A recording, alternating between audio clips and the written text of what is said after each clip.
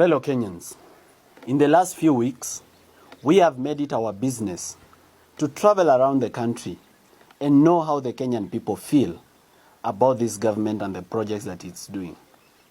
And I can report that we are extremely disappointed. Our taxes are being pilfered, embezzled in a way that we've never seen before. Ni wizi bila kazi. And it's a great disappointment to every person of every generation in Kenya for the kind of theft and thuggery that we are seeing in government. Nothing is happening without plunder and theft. And unfortunately, we have the President of the Republic of Kenya leading the way by being the most corrupt individual in our government. Now, fellow Kenyans, it's a time for us to ask ourselves, what are we waiting for? Are we going to sit back and watch as individuals take away our country and bring our economy to the rubble and to total collapse? Right now, the president is in China to borrow another loan of 40 billion Kenya shillings.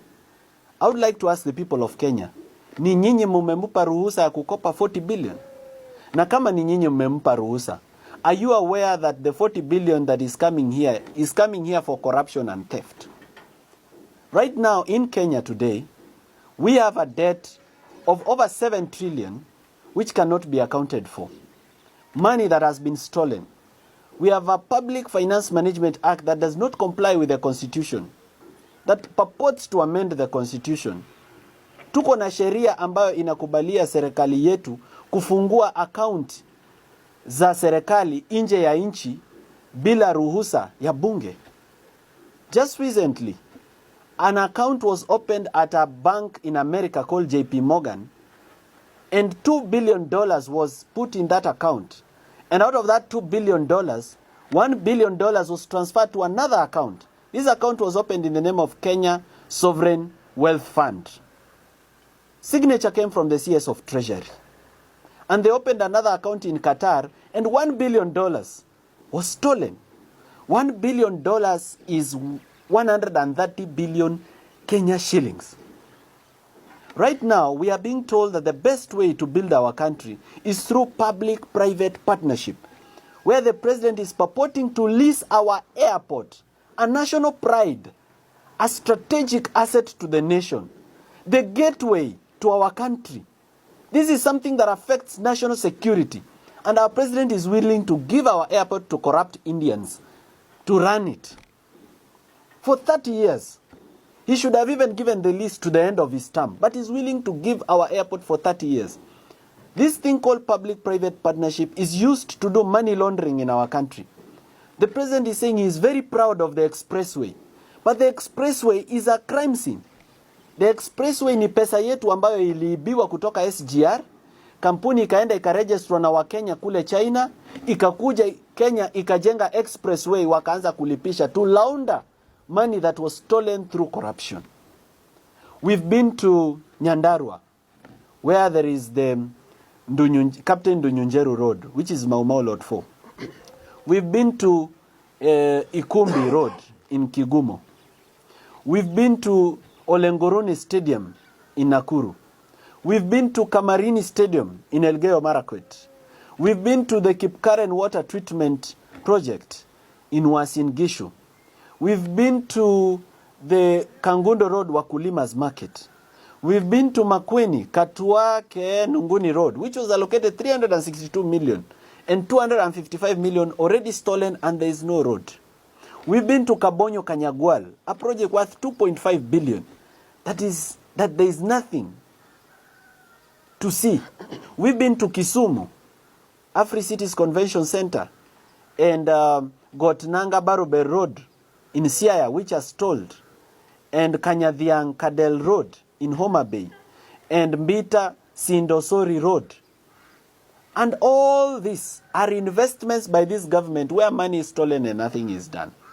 Wakenya wenzangu, ni vizuri tuanze kujiuliza kama ni kweli tumewapa wanasiasa ruhusa ya kuiba pesa za wananchi wa Kenya.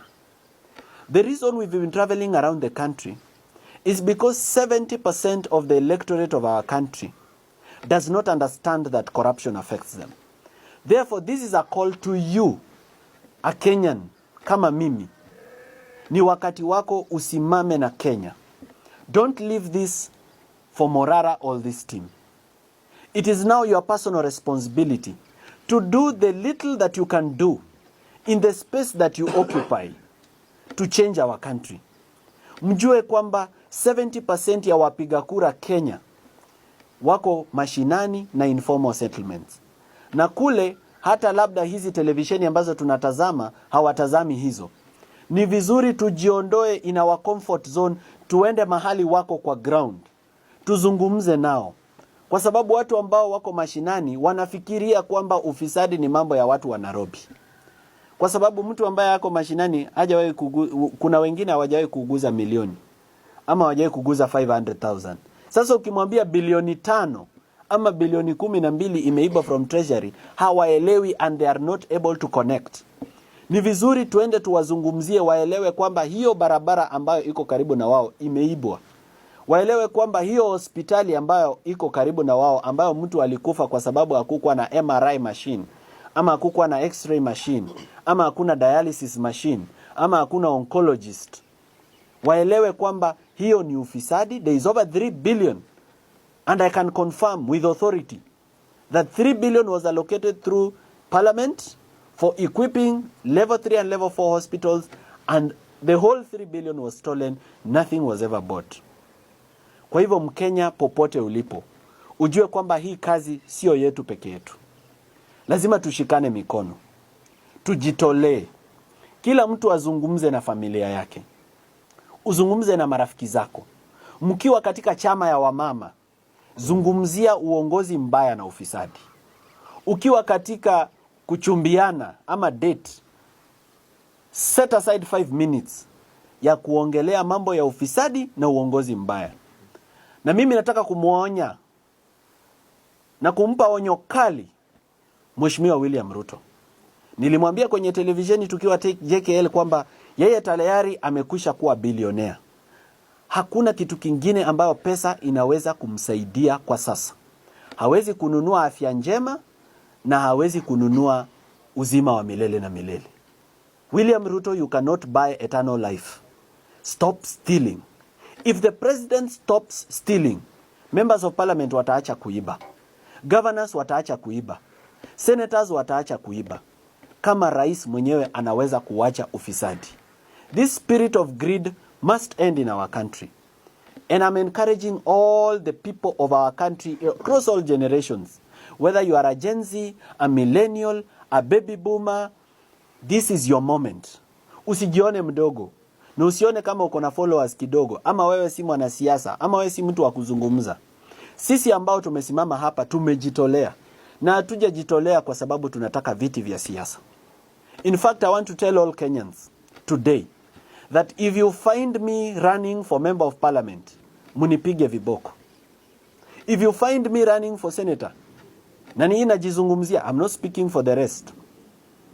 It's time, of course, for the youth to take up leadership positions, so they may want to take up those positions. I'm speaking for myself that I'm not interested in being a member of parliament in any constituency in the Republic of Kenya. I'm not interested in being a senator of any county.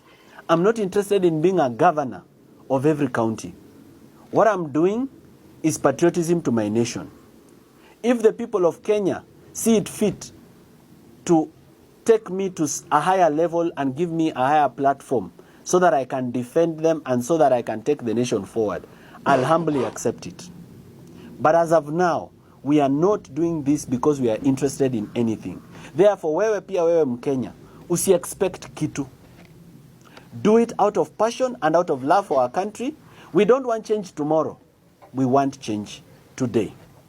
Thank you very much. I want to give the floor to my colleagues here. I have young professionals who are doing very well in the various fields where they are. And I'd like to give them an opportunity on the floor so they come up and talk to you about the various issues in our country like impunity and abuse of office, and to talk about this project that the government is talking about, what kind of workmanship is in those projects, kwa sababu tulishasema kwamba kazi ya William Ruto ni wizi bila kazi.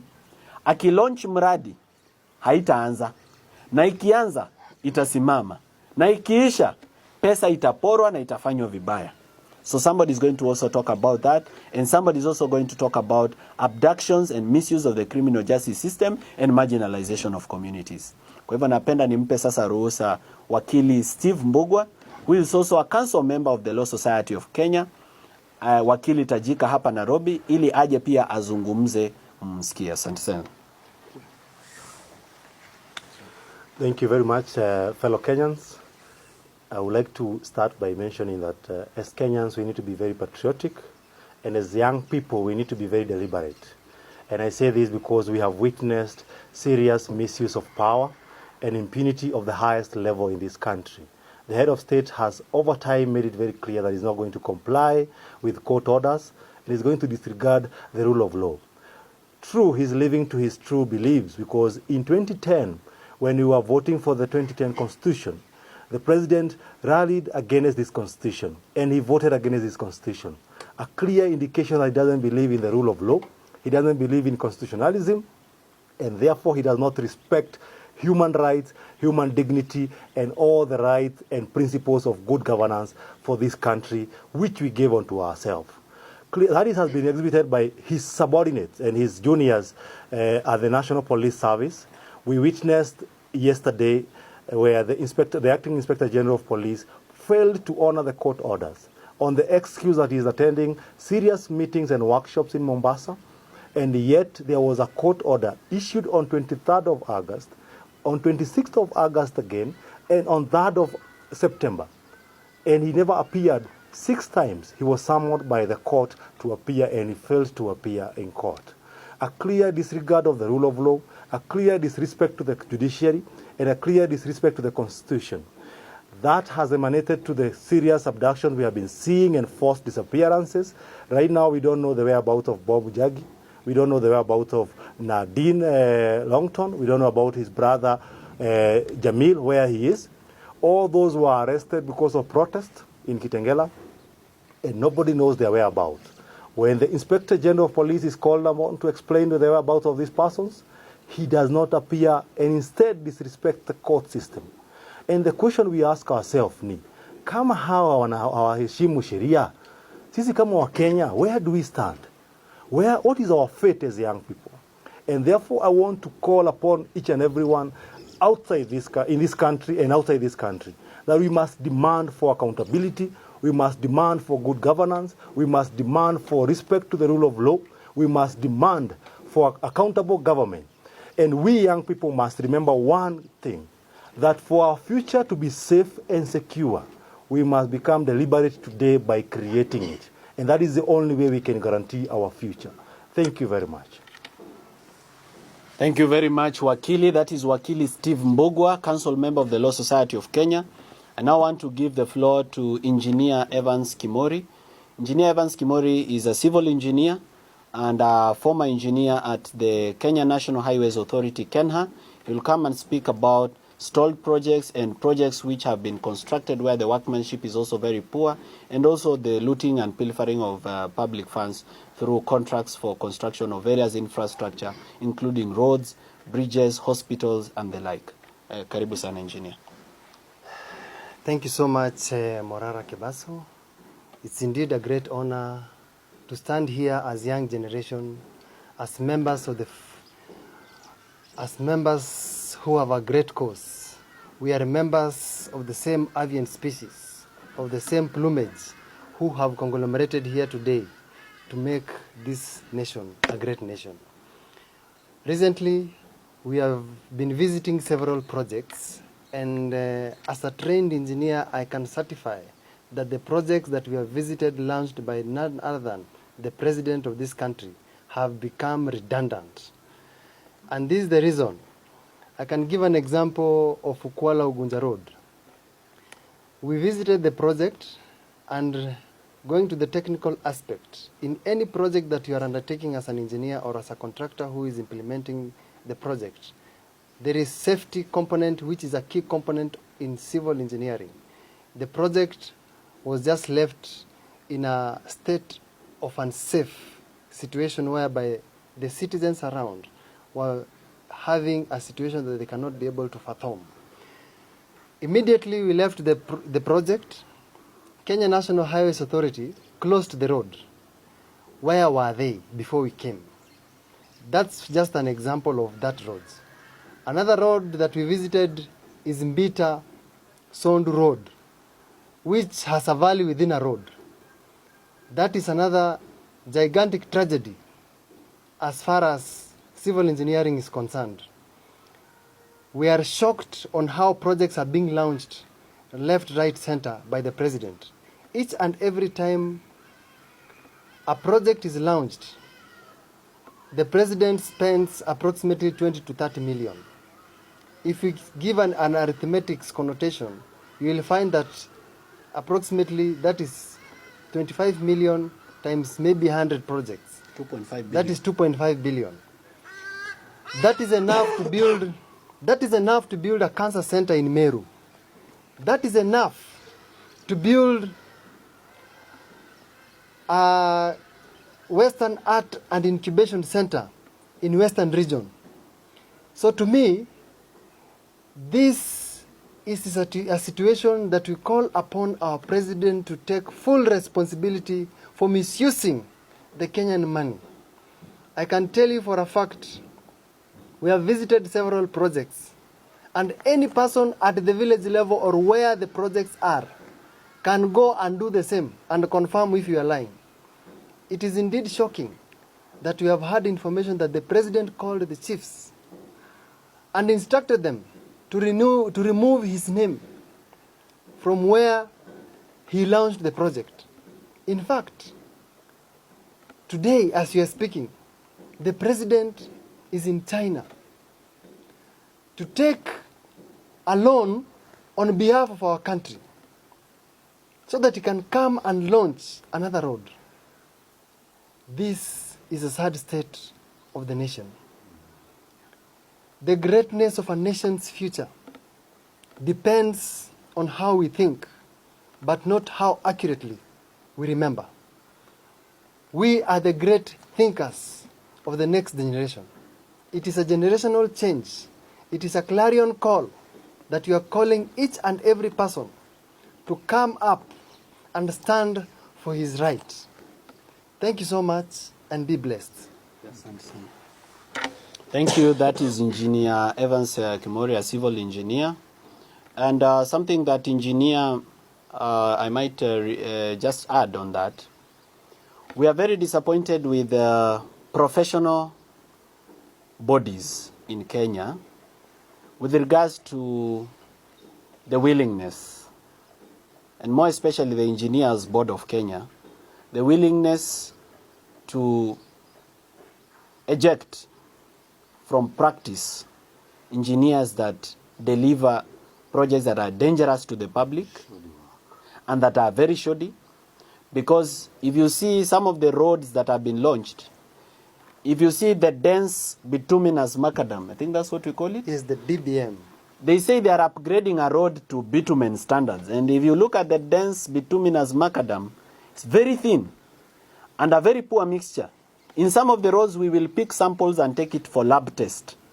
There is very shoddy work being done in Kenya, where roads are built without drainages, roads are built without road signs, roads are built without road markings, roads are built without speed, anything to speed bumps. Very dangerous roads that will kill people, most definitely. And it has already been proven that lies can kill. Uongo inaua. Already uongo ya William Ruto imeua watu Nithi Bridge. So we need to be very serious about the quality of the things that are being built, because we have hospitals which are being built in a very haphazard manner. The hospital itself is a danger to the patients. We have very poor workmanship. And these engineers, they are certified and licensed by the Engineers Board of Kenya. Which begs me to ask, what the hell is Engineers Board of Kenya doing about engineers who are producing shoddy work in the institutions where they are working?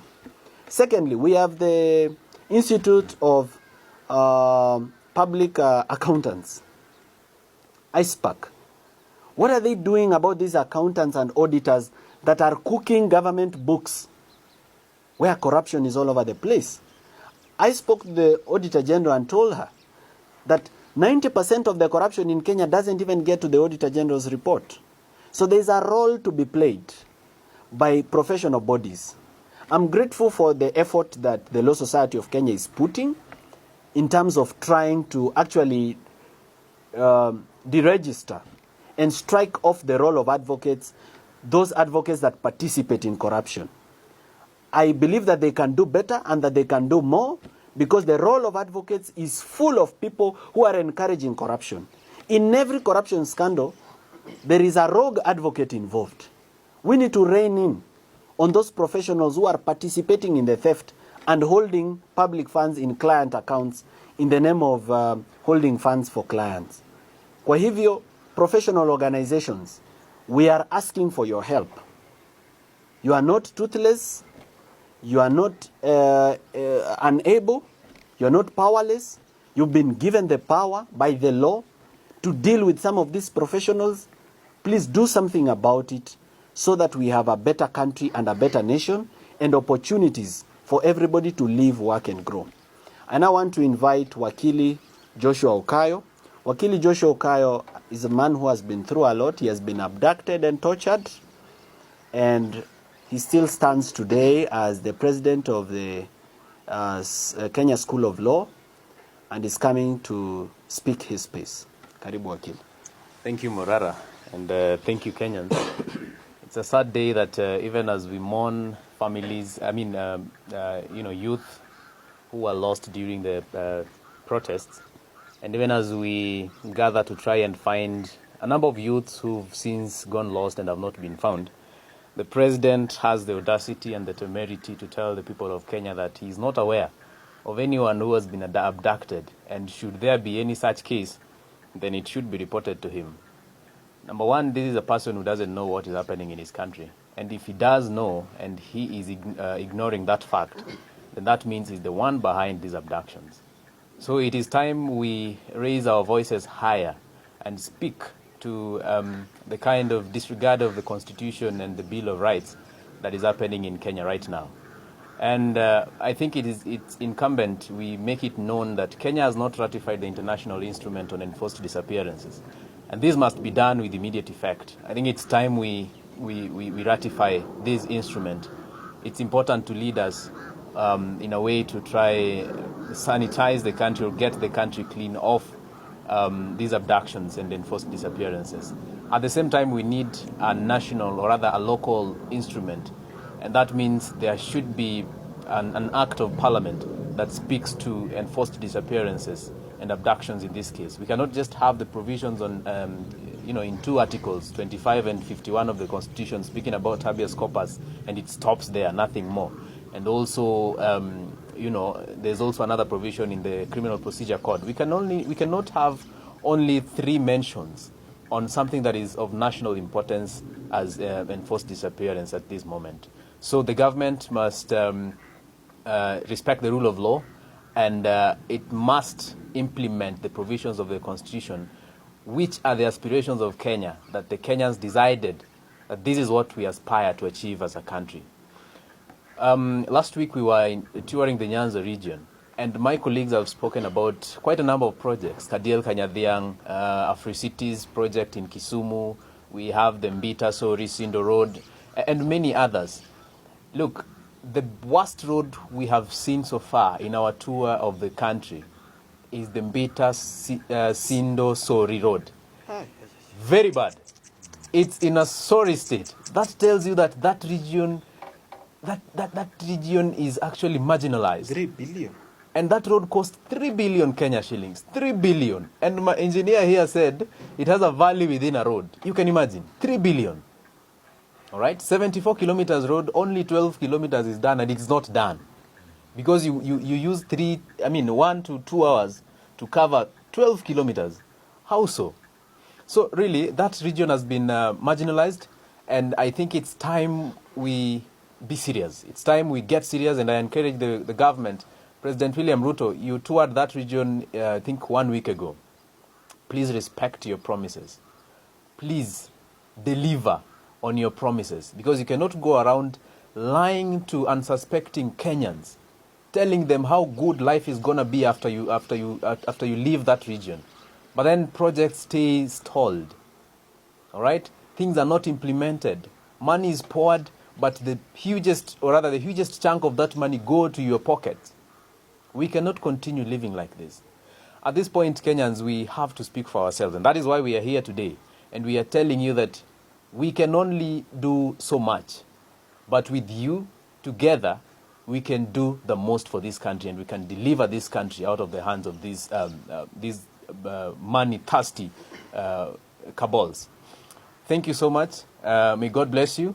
And we hope all of you join us in this journey towards a new, better Kenya. Thank you. Asante sana wakili. Let's give him a hand of a clap.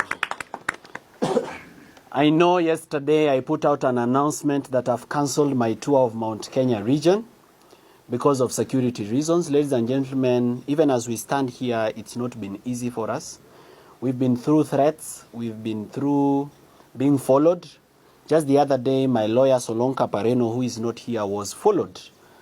I have also been followed by a double cabin KCU, a black double cabin that was fully tinted. When we checked the number plate, it belonged to a Mazda Demio. So we know the tactics the government is using to intimidate us. This government that does not provide drugs to hospitals has bought a system called Pegasus from Israel, which is using to tap our phones. But we can tell them that they cannot beat us in technology. In fact, the only advantage they have over us is that they have money.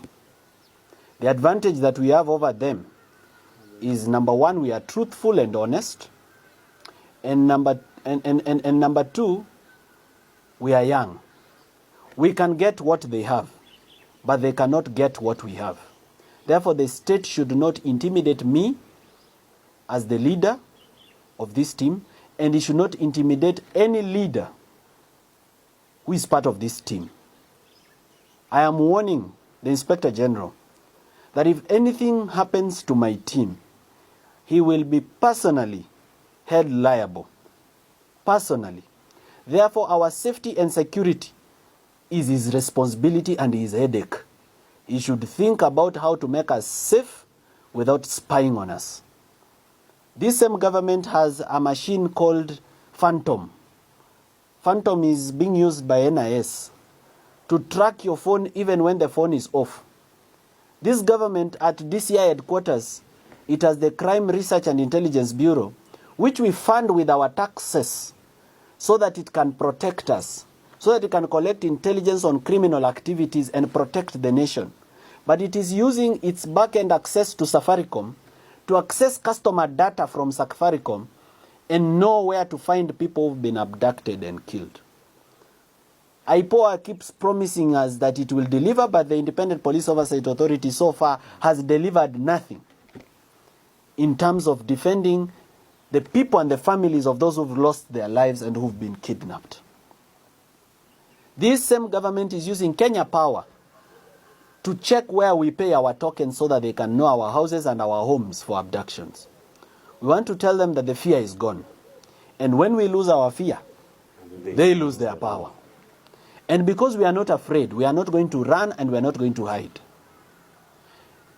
Regardless of the fact that we cancelled our Mount Kenya tour because they had planned people to come and infiltrate us and attack us on the way, because some of these stalled projects where money has been stolen, they are in very remote areas where the public is not there, where nobody can scream. So that we are attacked huko kwa bush when looking for them. I want to tell them that our God is still seated on the throne. The God or Allah of Kenya is still seated on the throne, and he will defend us because our God is a God of truth. We want to ask all Kenyans to pray for us, keep us in your prayers, support us where you can. You can fundraise for us fuel where you can and to maintain our security. But most importantly, amplify our voices. When we speak, amplify it so that we get rid of all this mediocrity in our governance once and for all. William Ruto is convinced that he has bought parliament and he has